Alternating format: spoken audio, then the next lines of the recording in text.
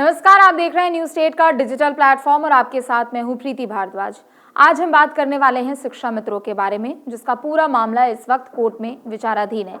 जी हां, देखिए, शिक्षा मित्रों की कई मांगे हैं और उन्होंने अलग अलग मांगों को लेकर याचिका भी दाखिल की और पिछले कुछ सालों की अगर बात करें, जो आदेश कोर्ट की ओर से दिया गया था उसको चुनौती भी दी गई है। शिक्षा मित्रों के बारे में सबसे पहले हम बात कर लेते हैं कि वो लोग हैं कौन, उनकी प्रमुख मांगे क्या है और सरकार उस पर किस तरीके से विचार कर रही है और कोर्ट का इस पूरे मामले को लेकर क्या रुख है। देखिए, शिक्षा मित्र वो होते हैं जिनको ग्रामीण क्षेत्रों में एक तरीके से नियुक्त किया जाता है, जो कि बच्चों को पढ़ाते हैं। एक तरीके से वो प्राइमरी टीचर्स ही होते हैं, लेकिन वो पूर्ण रूप से वो टीचर नहीं होते। जहां पर शिक्षकों की कमी होती है, अध्यापकों की कमी होती है, वहां पर शिक्षा मित्रों को नियुक्त किया जाता है, उनको तैनात किया जाता है। पूरी जिम्मेदारी एक तरीके से वो संभालने का काम करते हैं, लेकिन ये सब कुछ होता है ग्रामीण क्षेत्रों में जहां पर कमी होती है।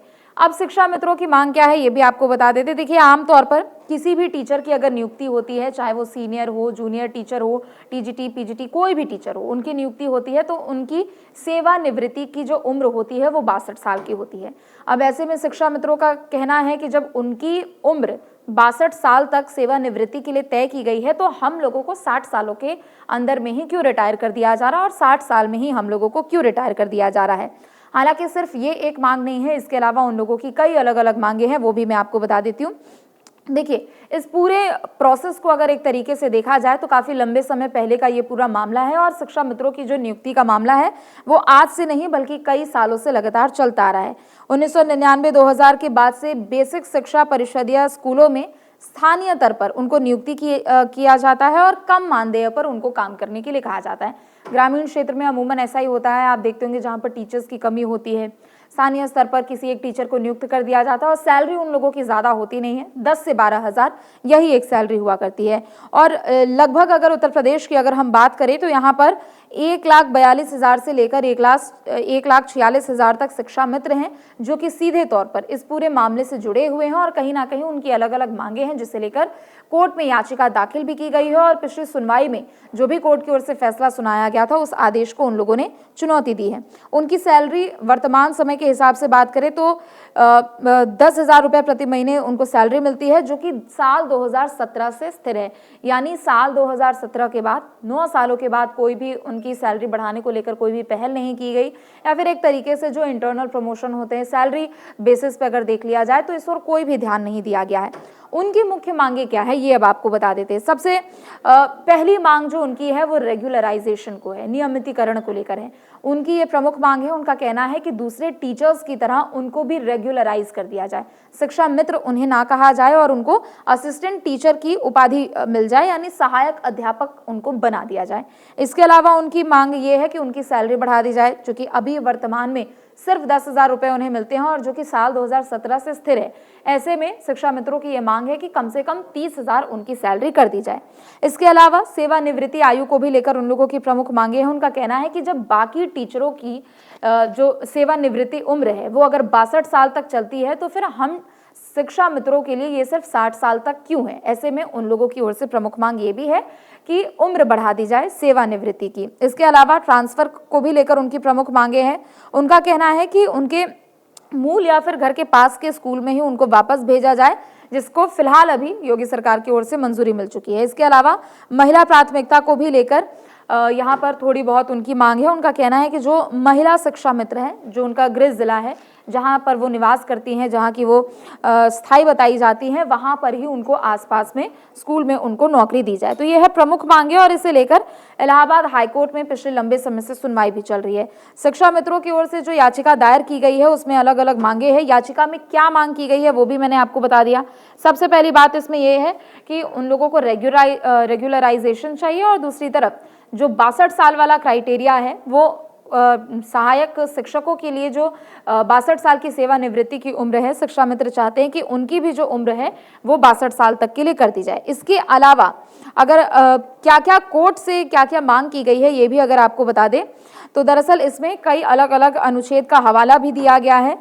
उन्होंने साफ तौर पर ये मांग की है, याचिकाकर्ता यानी शिक्षा मित्रों ने साफ तौर पर यहां पर मांग की है कि अवैधानिक और भारतीय संविधान के अनुच्छेद 14 और 16 में जो भी समानता का अधिकार दिया गया है उसका उल्लंघन पिछले आदेश में किया गया है। यानी जो पिछला आदेश जारी किया गया था उसी आदेश को यहां पर चुनौती दी गई है। 17 फरवरी 2023 की अगर बात करें तो सरकारी आदेश को यहां पर चुनौती दी गई थी। उसमें जो आदेश दरअसल दिया गया था वो ये था कि संविदा आधारित जो सेवा को 60 साल जो लोग भी 60 साल की उम्र में पूरा कर लेंगे उनको खुद ब खुद में खत्म करने का प्रावधान दिया गया था और इसी आदेश को उन लोगों की ओर से चुनौती दी गई है। इसके अलावा संविधान के दूसरे अनुच्छेद की अगर हम बात करें तो अनुच्छेद 226 के तहत कोर्ट की रीट आधिकारिकता का प्रयोग करके परमादेश जारी किया जाए। यानी संविधान की अगर हम बात करें तो अनुच्छेद 14, 16 और 226 के तहत यहाँ पर ये याचिका दायर की गई है और उसी के तहत यहाँ पर फिलहाल इस पूरे मामले में हस्तक्षेप करने की मांग की है।